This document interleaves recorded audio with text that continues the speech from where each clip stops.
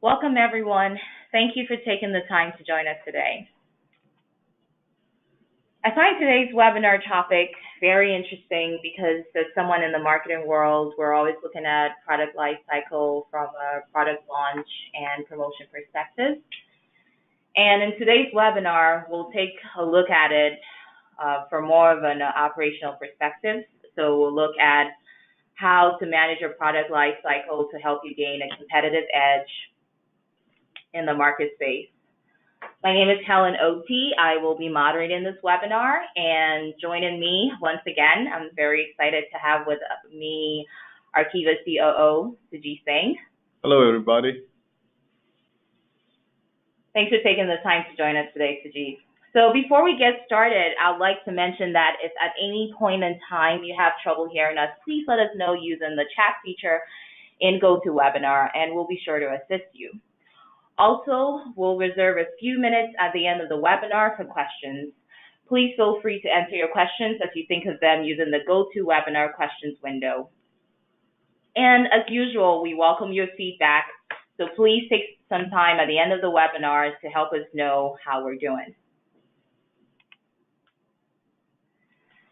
So before we get started, as usual, I want to give a quick overview on who we are as a company and talk a little bit about our solution. So this is a picture that we took at our last customer event. If you didn't get the chance to go, this has some of our employees as well as some customers there. So hopefully we get to see you next time at our event.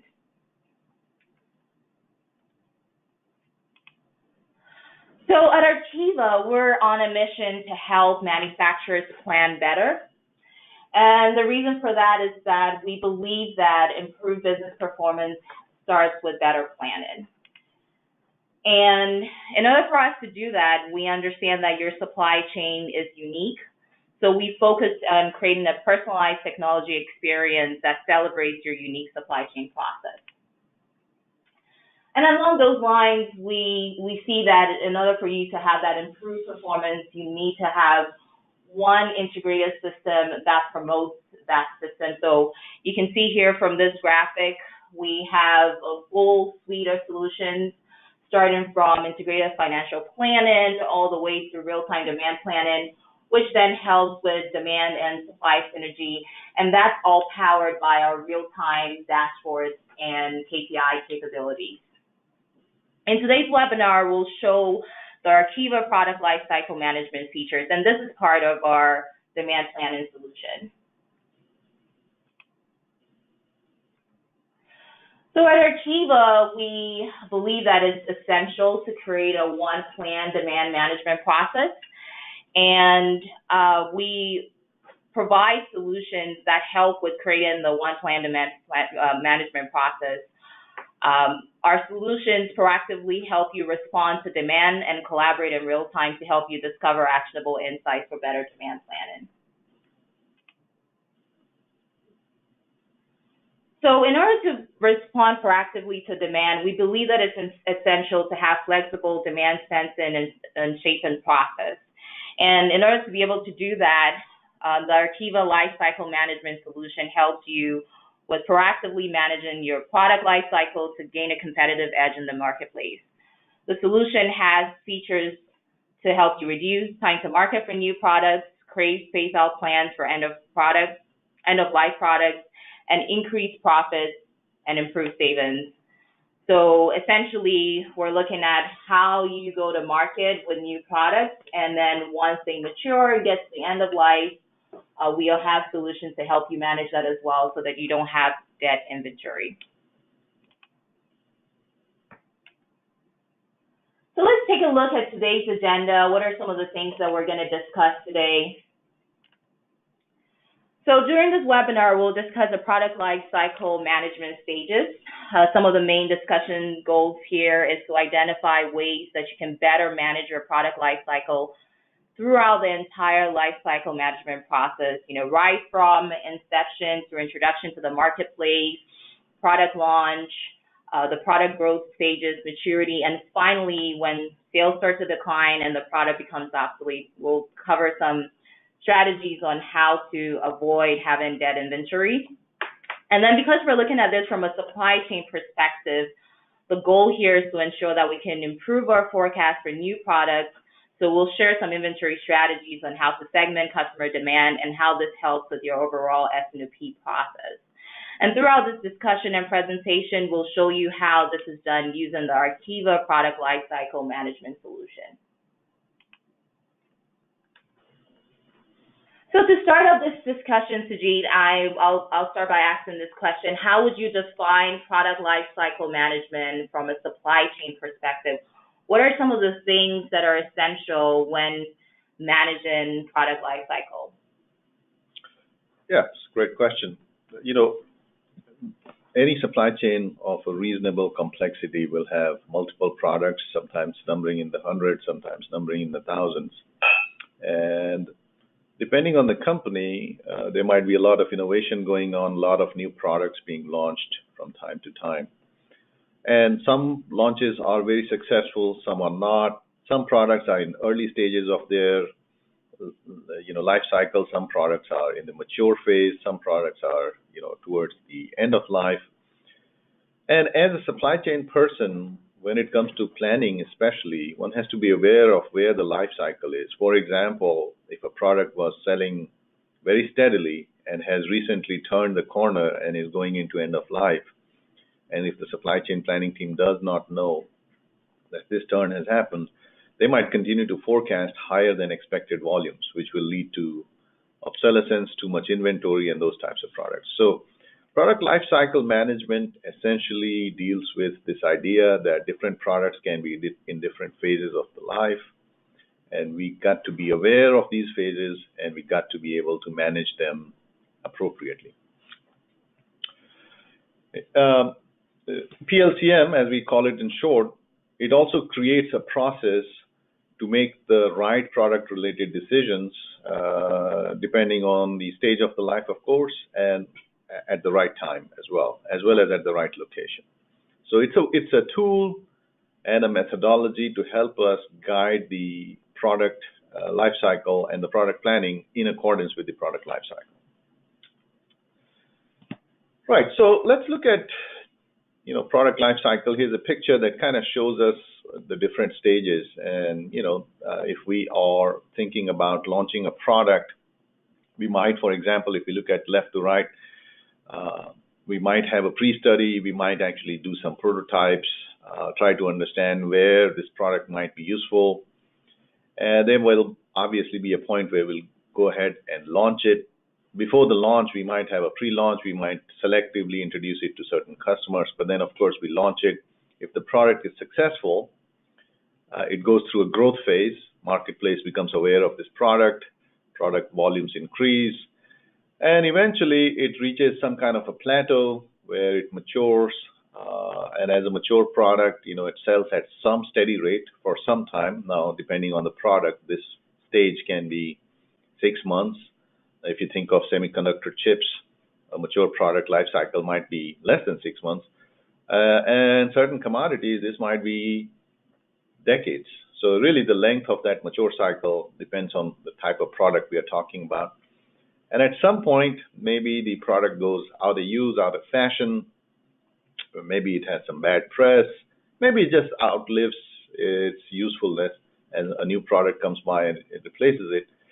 And so at that point, the decline begins to happen, for a certain period. That in that decline, the volumes are still strong, but then at some point we begin to reach an end of life type of situation where we basically have to get rid of all the extra inventory so that we can go down to zero inventory. If we don't, we run the risk of obsolescence, which is never good. So those are the different stages. And if we just focus a little bit on the launch stage, there is a very nice process called the stage gate process, introduced by Robert Cooper. And he talks about the different stage gates. For example, there is an idea generation phase where we are discovering where and maybe brainstorming where this product can be used, how this product can be made. There might be a scoping session or stage where we decide the scope of this product. There is obviously a building of business case where we can sell it to the management. Then comes the stage of development where we actually do the building, even if it is a prototype stage development. Then we do some testing and validation of this product, and then eventually we launch. Some version of this process is applicable across industries. I'm sure the names might change. So this is a very nice process, and as we look at this process from left to right, the last stage is the launch. And once that launch happens, only then the customers, for example, begin to exert demand on this particular product. So if we look at this process, from a planning perspective, there are two stages to watch out for.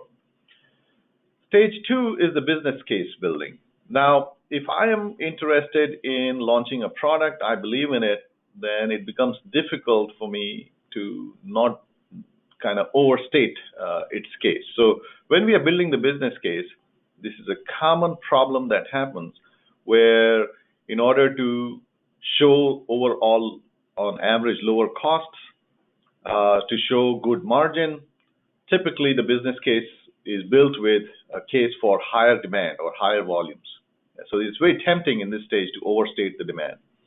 What might be better is to assess some kind of a scenario where we talk about the most likely, but we also talk about the minimum and the maximum so that we have some sense of what could happen. Because again, we are talking about planning. Planning is about the future. No one has really seen the future, so we need to be aware of this idea. So one way to kind of fight the urge to overstate the demand is to think in terms of these scenarios. And then, of course, you got to have a balanced view. You got to balance your expected margin with the appetite in the marketplace. And when you actually do have the launch, you want to have a mindset of doing some close monitoring as to where the product is going. Similarly, in stage 5, there might be a case where we might overstate the demand. So stage 5 is the launch stage. We are about to maybe negotiate with our suppliers, and maybe we want to get a lower cost on the raw materials. Well, one easy way to do that is to state higher volumes, because higher volumes would mean that suppliers have to supply a lot, where we basically can get a reduced cost picture. However, when we do this, when the demand is overstated again, the initial batch can be very high. The MOQs or the lot sizes can be very high, and these obviously can all lead to excess inventories. Of course, if we by mistake understate, then we have to have long lead times, which can obviously cause problems in the supply chain. You can have lost sales, you can have reputation damage. Now, what we have seen is, at least in this, and there is research out there, that overstating is very common in this phase, and both in stage 2 and stage 5, it is very common, and up to 70% of new product launches are overstated in terms of their demand. So that result of this process, maybe because of emotional reasons, but also because of all the other reasons that I just cited, we have overestimated demand, and this creates the problems that I talked about. So one question that gets asked very often is, can this be made into a make-to-order situation? So let's talk about what that means, and then we'll come back to whether or not it's possible.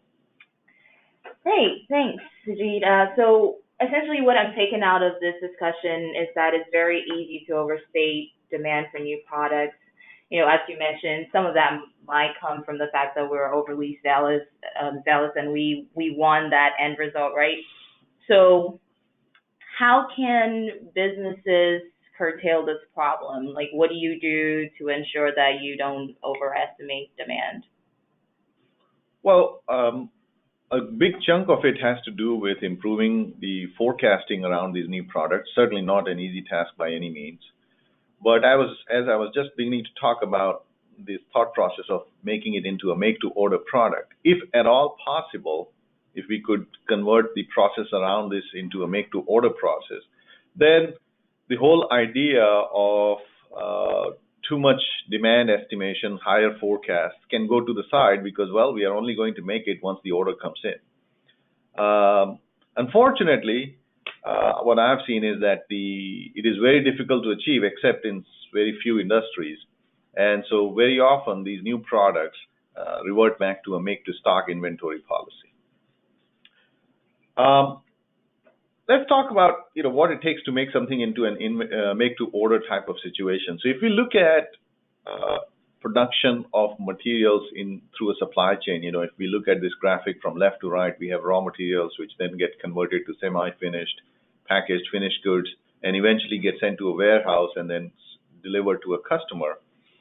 That is the material flow from left to right, and from top to bottom is the information flow. So we receive orders, we commit to a date, we might check credit for our customers, then we schedule delivery, we deliver the product, and we of course invoice the customer and receive some payment. So the vertical line represents the information flow, the horizontal line represents the material flow, and the point where these two intersect is called the decoupling point.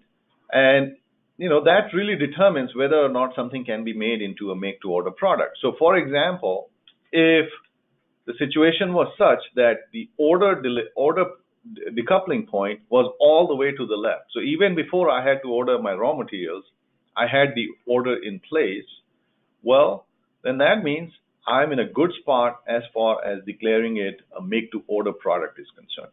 If, on the other hand, the other extreme, if the order comes in at the very last minute, think of it like a retail store. When the customer is walking the aisle, is the first time we know that that particular customer is interested in that product.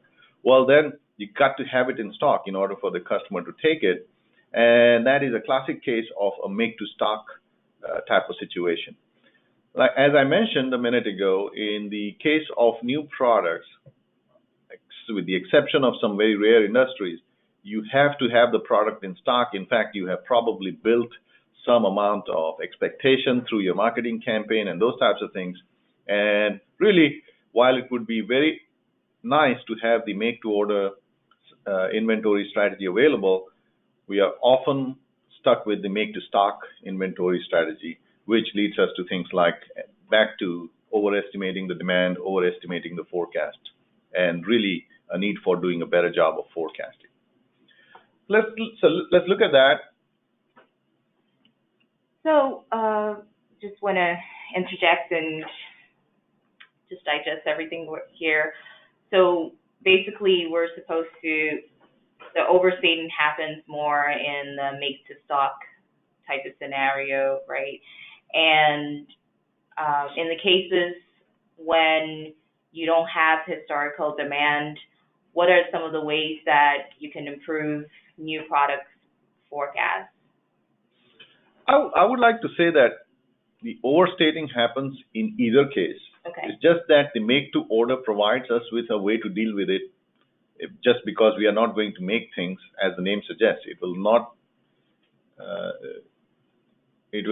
make things unless there is forecast. Unless there is an order for it. Right. So that is that is a saving grace, if you will.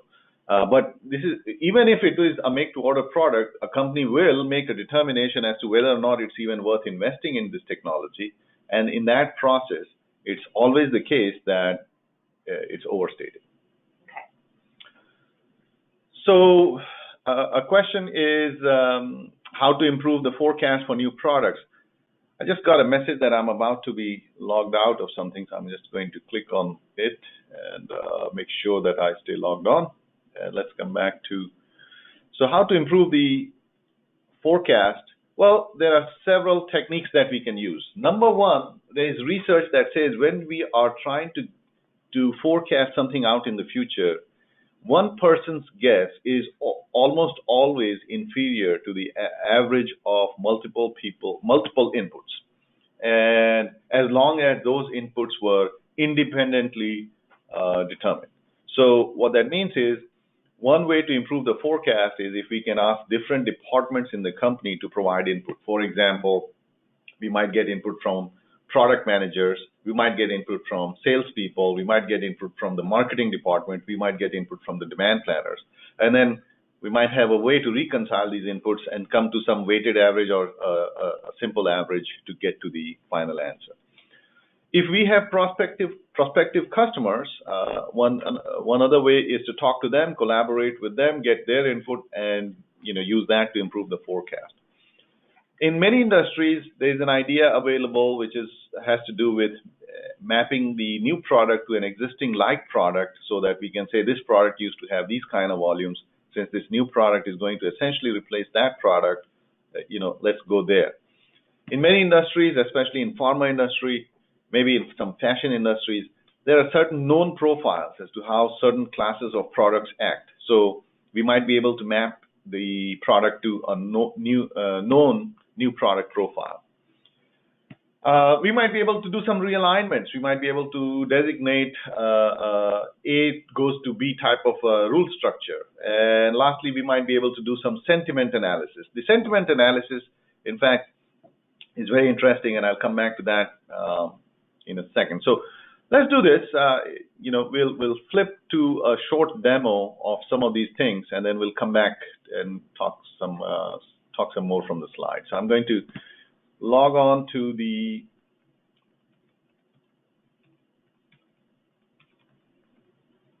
demo area, and what is of interest here is this idea that I just discussed. If we want to improve forecast, one point that I said was that are there existing profiles that exist in your particular industry? So here are some profiles. Let me show you some examples.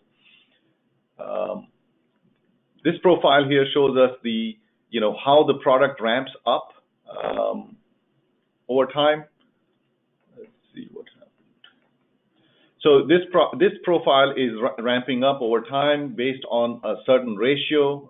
So for the first period we launch it, it's 0, but then it goes to 132, 264, and so on.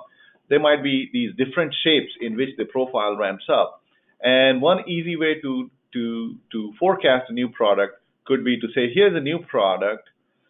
I know that it follows the shape of a particular profile. This is the launch date of that particular product.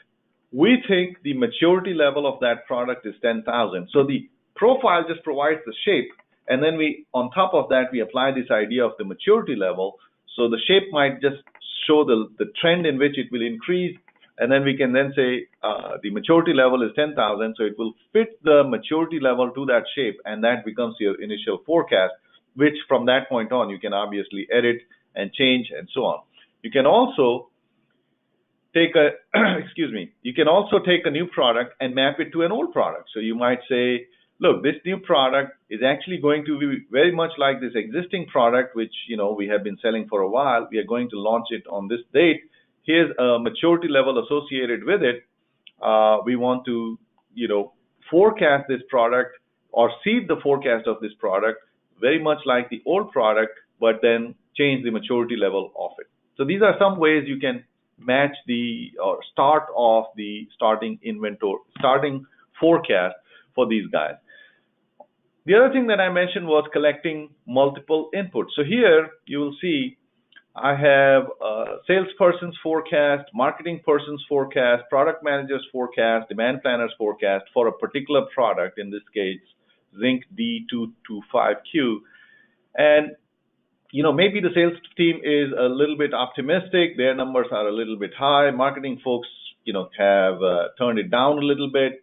Product managers are very conservative. Their forecast is much lower. And demand planners are even lower than that. Now, these are 4 separate inputs. As long as these inputs for that particular product in terms of its forecast has been done independently, then one can highlight these 4 cells and see what the overall average is. It's as you can see, none of these numbers are the final number. The final number is consolidated from the 4 different inputs that you have in the system.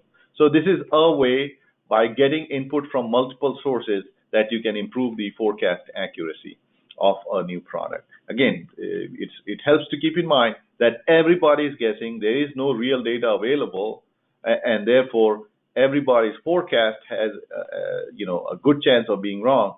So by collecting input from multiple sources, we improve our chances of making the overall forecast better. All right, so those are some screens that I wanted to show you. Let's come back to the slide deck. One idea that I mentioned in terms of improving the forecast accuracy for a new product is this idea called sentiment analysis. Now, It so happens we did a webinar on this a couple months ago. It's available on the arqiva.com/webinar section.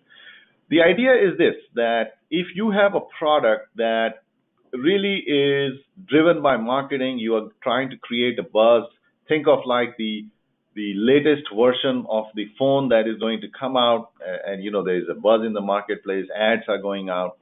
If you have a product like that, you might be able to do a leading analysis based on the sentiment score in the social media. So if there's a lot of Twitter conversations going on, positive or negative, you might be able to score that. And that score can then tell you that if you launched version 9 of the phone last year and version 10 of the phone this year, where is that sentiment score? And if the sentiment score this year is higher or lower, then that can give you a sense of how much higher or lower will the new product open compared to the previous product.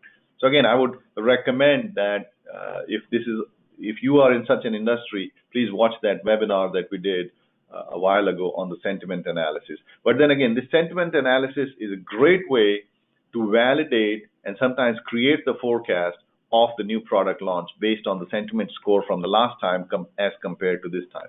The reason it works very well is because it's a leading indicator. You can use that a month prior to the advance or a week prior to the advance, which is what you really need. You don't want to do it post the launch because, well, by that time, some of the inventory is already in place.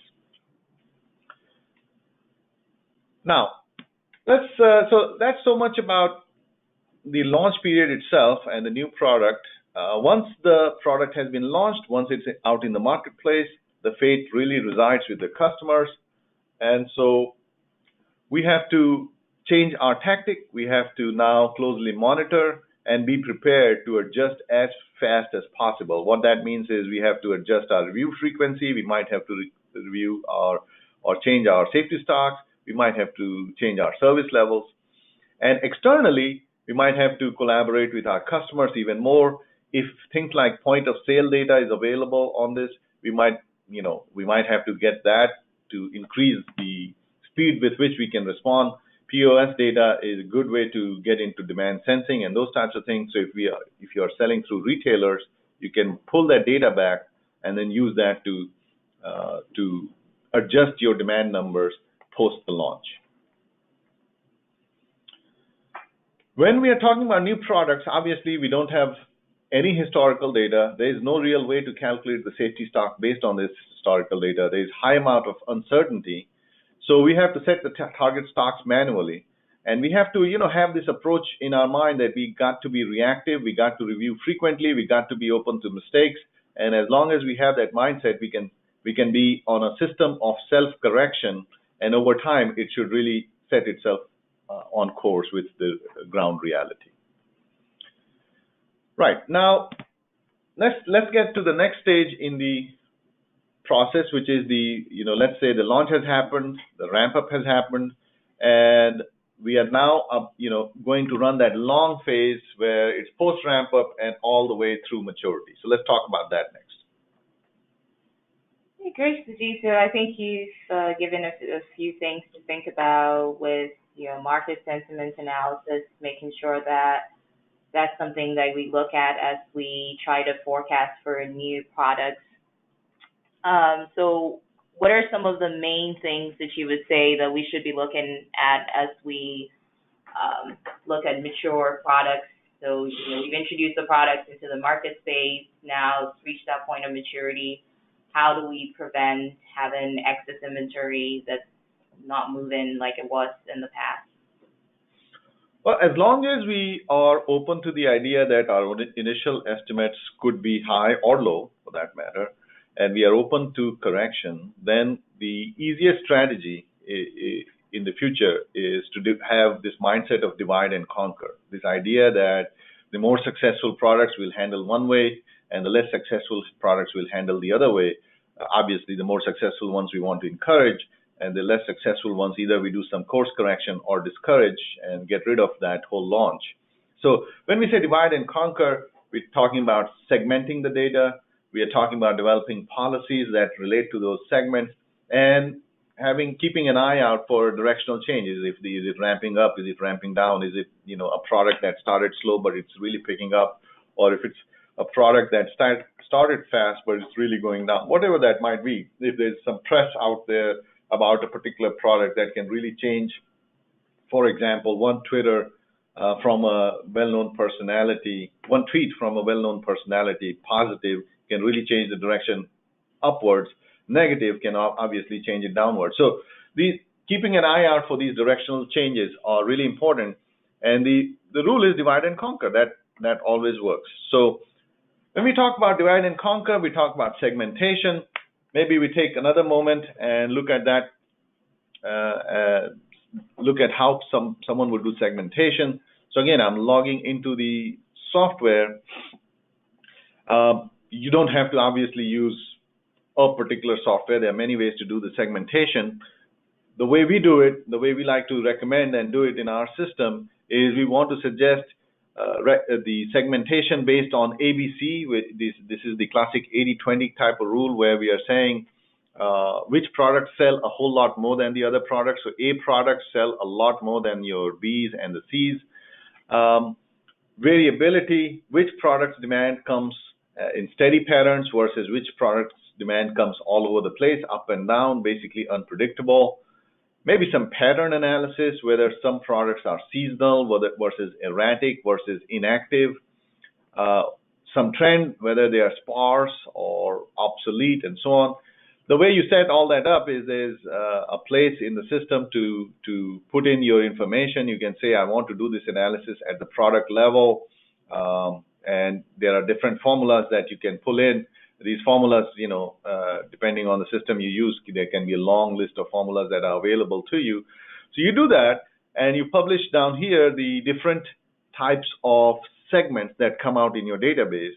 And then you use this, for example, to say what you will do with that particular combination. So, for example, if the particular item is A category, meaning you sell a lot, but is at the same time highly variable, well, the safety stock strategies and the forecasting strategies that you would set for that particular product will be very different from something that is a C class and highly variable.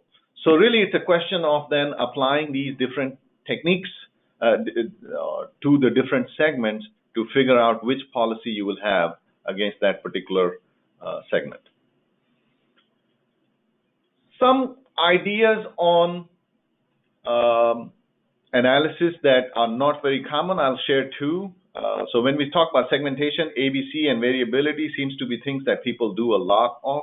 But there are two that are kind of very interesting in the context of new products or product lifecycle management. One is this thing called turn-earn index. This is the idea that everyone kind of thinks that inventory, we need to have high turns, but really it depends on your margin as well. If you have a lot of high margin products, low turns are in fact okay. And for low margin products, you need higher turns. So the formula really works out to that if you have a margin percentage, let's say 20%, and if you multiply that by the number of turns, you want to aim for a number close to 120 or higher. So if you have something that has 2% margin, in other words, you are in a commodity market, well, then you need to turn that product 60 times in a year because 60 times 2 is 120. On the other hand, if you have a 20% margin,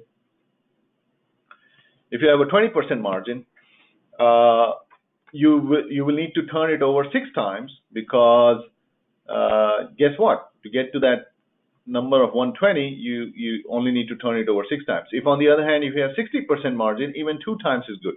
So really this turn-earn index gives us a sense of how to set inventory turns as a target. It's not required for every product to have a very high number of turns. Now, all things being equal, higher turns are always more desirable. So that is there, but turn-earn index is one way we can segment our data. The other one is this idea of gross margin return over inventory.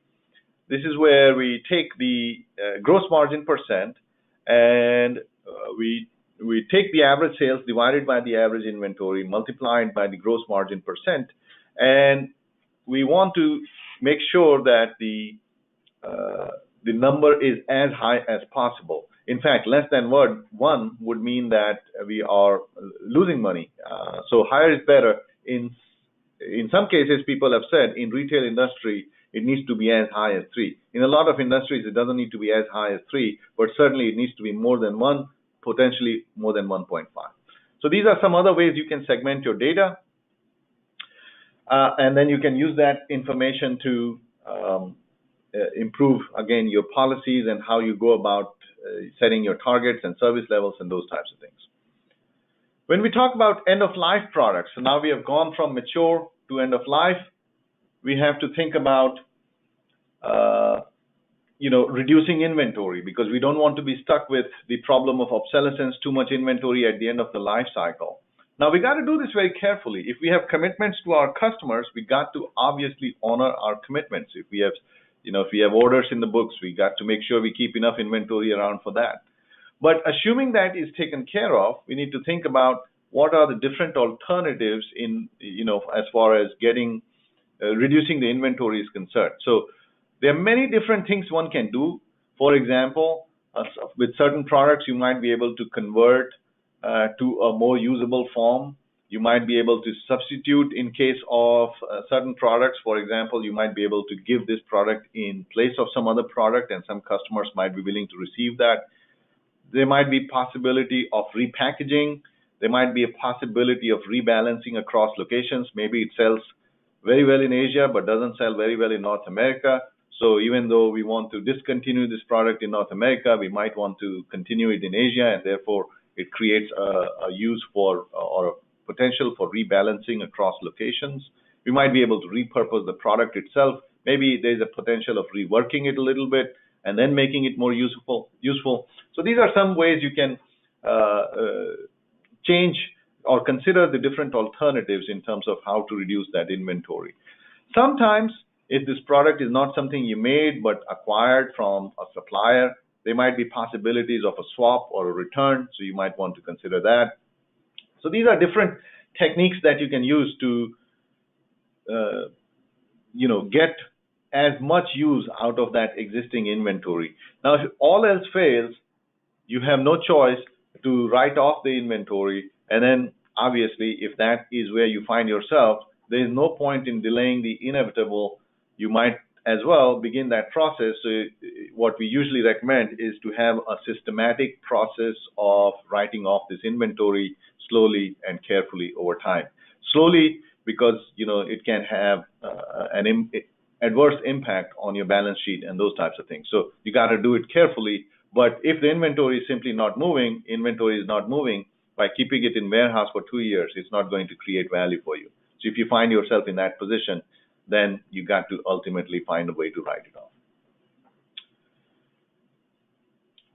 So we'll kind of close this a little bit with talking about, we looked at the launch and the beginning part of the life cycle. We talked about the mature part of the life cycle. We talked about the end of life. Ultimately, all of this needs to be connected to the sales and operations planning process. So we'll take these last two sections and do a short demo on that, and then we'll come back and see if there are questions. So let's talk a little bit about finding out the obsolescence problem.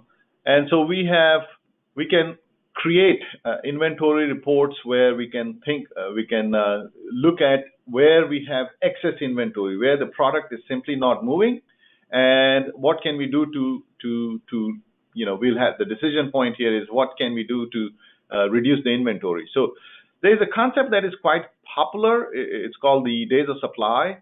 Days of supply simply means that how much inventory I have and how many days is it going to last for me.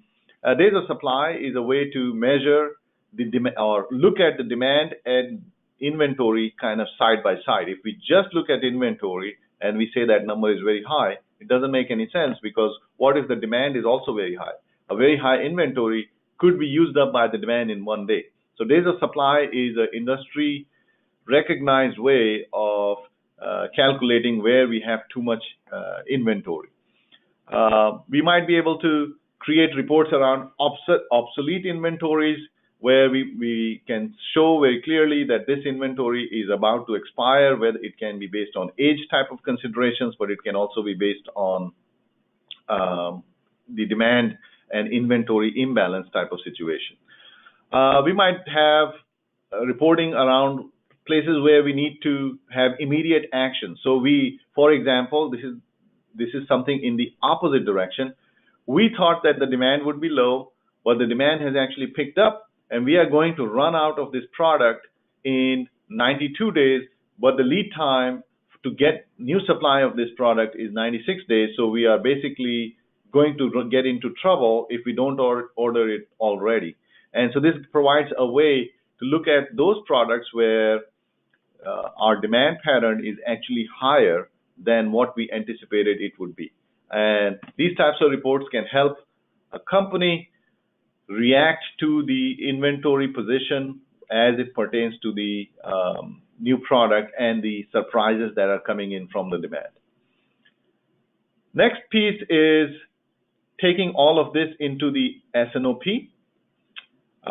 Now, hopefully everyone knows about S&OP, but this is the idea that if I am representing the supply chain, which launches a lot of new products, my management, as part of their monthly review of the supply chain, needs to be able to see where the different products are, which products are doing well. So we recommend, as part of a sales and operations planning process, or IBP process, integrated business planning process, that one of the sections of that is product portfolio review. And in this, you can set up obviously different types of analysis. One idea that is different from sales and operations planning reporting versus what we just saw is that these reports are more graphical, more dashboard-like, because management likes to look at dashboards.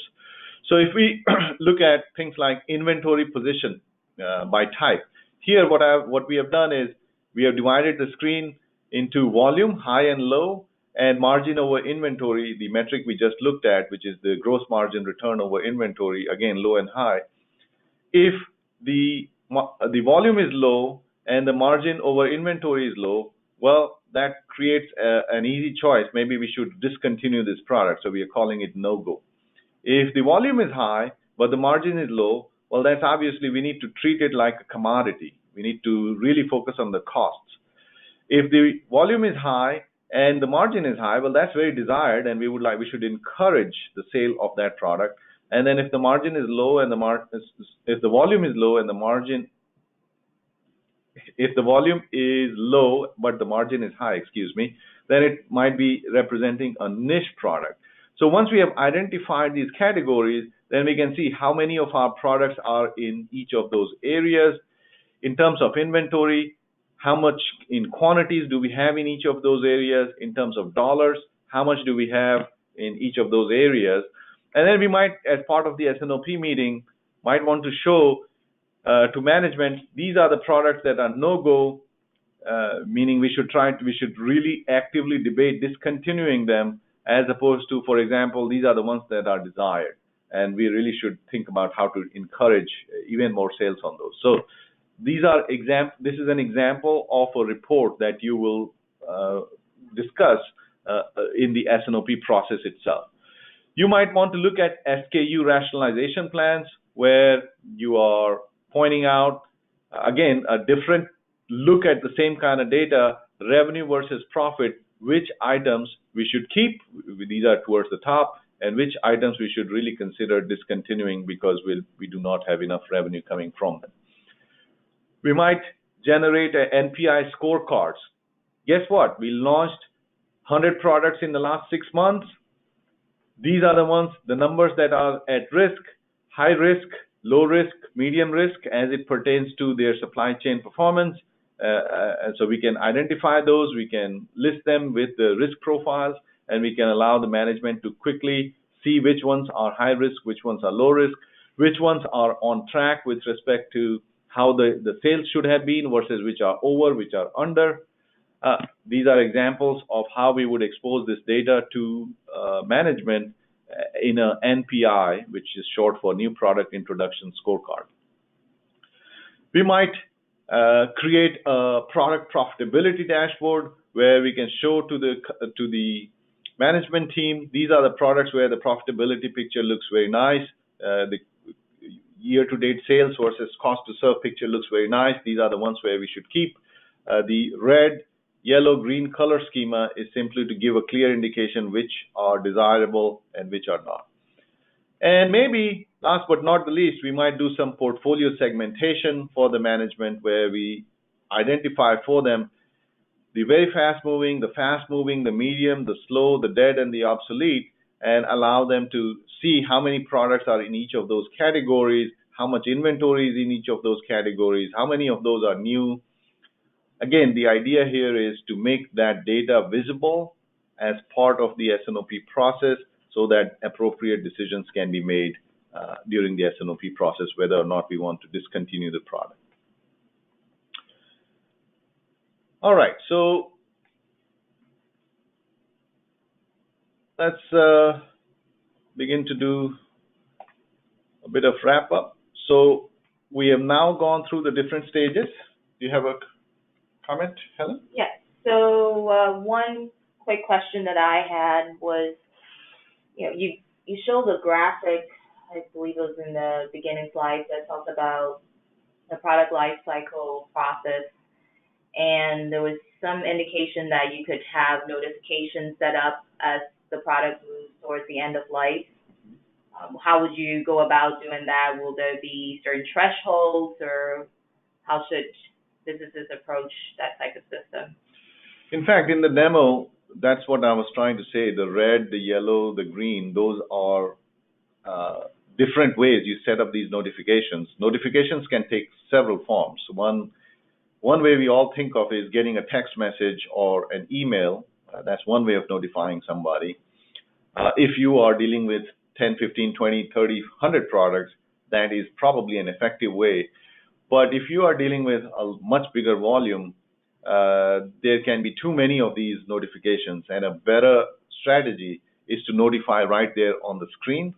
So we typically deploy coloring schemas. We typically deploy icons like an exclamation mark, for example, which highlights for them. These are the ones where we have some alerts going on, and it allows them to drill down and take a look at it. The other thing is that is very important to understand is that, especially in the case where you're dealing with lots of products, just alerting is one thing. The ability to filter down to only those items for which an alert exists is also very important, so that I can really get focused on the things I really need to focus on today. So those are different ways I do we recommend the alerting process or the notification process. Great, thanks. Okay. Right, so, obviously this is a very vast and important field, and, one can certainly spend a lot of time researching it, but as part of this today's session, I would like to say, when it comes to product lifecycle management, try not to go on autopilot, be proactive, deploy these alerts, these reports, these analysis to figure out where you need to be spending your time and dollars for the company. It helps to remember that 70% of product launches are overstated. So don't feel bad that you failed in a few. As long as you have an open mind, analytical mind about this, and as long as you self-correct, you will find yourself achieving a lot more success than your competition. So with that, I think we can open it up to questions. Yeah, thanks, Sujit. So some of the key takeaways that I noted was, you talked about just being careful of overestimated demand. And one other interesting thing was the market sentiment analysis, which I feel is very interesting because it adds another view into what's happening in the marketplace that may not necessarily be available just looking at estimated demand. And then making this an integral part of your S&OP process looks like that's important as well. And if you want to see the recorded version of this webinar, please visit our website at workiva.com/webinars. We're going to have the recorded version of the webinar up in about a day or two. And we have some webinars coming up as well that we hope you can join.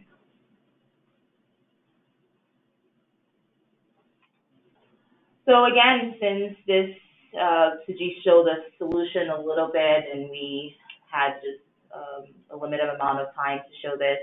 If you want to see a much more customized demo of our solution, how this fits within your S&OP process, how it can help your business, feel free to visit our website and ask for a demo, or you can alternatively just send me an email and I'll be sure to connect you with the right person. So now we're going to open it up for some questions. So at this point in time, if you have any questions that you would like for us to answer, please feel free to ask those questions using the GoToWebinar chat window. Now, Sujit, while we wait for questions to come in, one thought that I had, and I think this is more so because I'm putting on my marketing hat, but in cases when companies go to launch a product, one way that you can do that is to take on pre-orders. So, you do that pre-launch marketing. In that case, I imagine that would be more of a make-to-order type of situation, right? So once you go to market and you launch the product, if you happen to have a product that's more make-to-stock, how do you manage that mix? Because you started off with having something that's a bit more based on the demand that you were receiving, people putting in those orders, and then now you have to stock a certain amount. So how do you manage that mix between the forecasts? Yeah, I think in supply chain, forecasts and orders have a very distinct sequence in the way you deal with it. Orders are obviously more important because they represent a commitment from you to your customers. So if you have pre-ordering process like you described, yes, it's closer to make to order. And your forecast, in a way, has a lower bound, and that lower bound is all the orders that you've got. So then the forecasting process really becomes different from what is the number. It becomes how much higher than the pre-orders is that number. And really, if the pre-orders exceed your capacity already, if that's the most you can do, then all your forecast has to be out into the future. If they represent only a portion of your capacity, then you still can increase your, have a higher forecast for the current period. So that's the idea, that you reconcile, we call it net or netting. So you net your orders from your forecast, and if the orders already exceed your forecast, then your commitment to the marketplace equals your orders. If your orders are less than your forecast, then your commitment is still your forecast. And you might actually increase your forecast based on the strength of the pre-order situation. Great, thanks. I think that helps answer that question. So we have another question here where, so the person wants to know that in showing the demo, we maybe had some demo data. If you happen to have a new product and you don't have any data, how do you go about analyzing the data? Where would that data come from, essentially? Well, as far as the analysis is concerned, when we talked about segmentation analysis, we talked about days on hand analysis, we talked about the actual performance of the new product introduction. All of those analysis were post-launch. And so whether it's 3 months post-launch or 4 months or 6 months, by that time you have started getting some data. Also, some of that analysis is towards the end of life. We are really trying to understand, is this product really, dying, and do we need to get rid of all of its inventory? So the questioner person asking the question is exactly right. Absent the data, it's impossible to do the analysis. So if you don't have that, what do you do? Well, very similar to the forecasting idea, where we said a new product can be forecasted as matching in some ways an existing product. So that is an idea. If you have awareness, let's take the example of the pharma industry. I am launching a new drug that deals with headache, and I launched a similar drug that dealt with headaches 7 years ago. Well, I have that data, I can use that. If I have competition's data, I can use that. I can also use a top-down type of analysis that says the overall market for headache drugs is this much, and I'll get 3% market share. Therefore, I think, do this kind of an analysis. But some semblance of estimation, some idea of estimation will have to come into play if no data is available. So in that sense, the questioner is 100% right. It becomes much more, let's say, interesting and complex to do those types of analysis in the absence of data. But it does not mean that you cannot do any meaningful analysis. You just have to think through a little bit harder. Okay. Thanks, Sujit. So I think that's all the questions that we have. So we'll just close out this webinar. Thank you, everyone, for taking the time to join us. Hope you have a